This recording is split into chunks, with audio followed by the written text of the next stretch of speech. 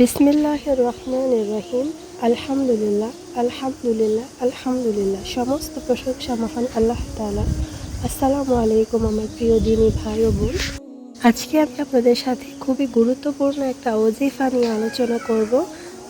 আমাদের যেই সব মা বোনদের ঘরের কাজ করতে খুব বেশি কষ্ট হয়, খুব বেশি ক্লান্ত হয়ে পড়ে ঘরের কাজ করতে করতে, সেই সব মা বোনেরা অথবা ভাইয়েরা যদি এই আমলটি করেন তাহলে আপনাদের শরীরের সকল ক্লান্তি দূর হয়ে যাবে ইনশাল্লাহ।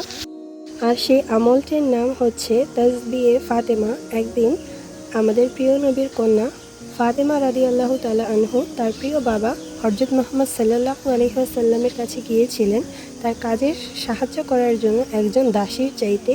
তো আমাদের প্রিয় নবী হযরত মুহাম্মদ সাল্লাল্লাহু আলাইহি ওয়াসাল্লাম তিনি বলেন, ফাতেমা, আমি কি তোমাকে এর থেকে ভালো কিছু দিব না?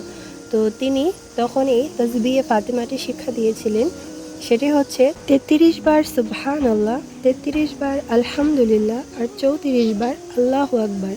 কেউ যদি নিয়মিত ৫ ওয়াক্ত নামাজের পর এই আমলটি করতে থাকে, তার ঘরের কাজ করতে আর কাজের লোকের প্রয়োজন হবে না।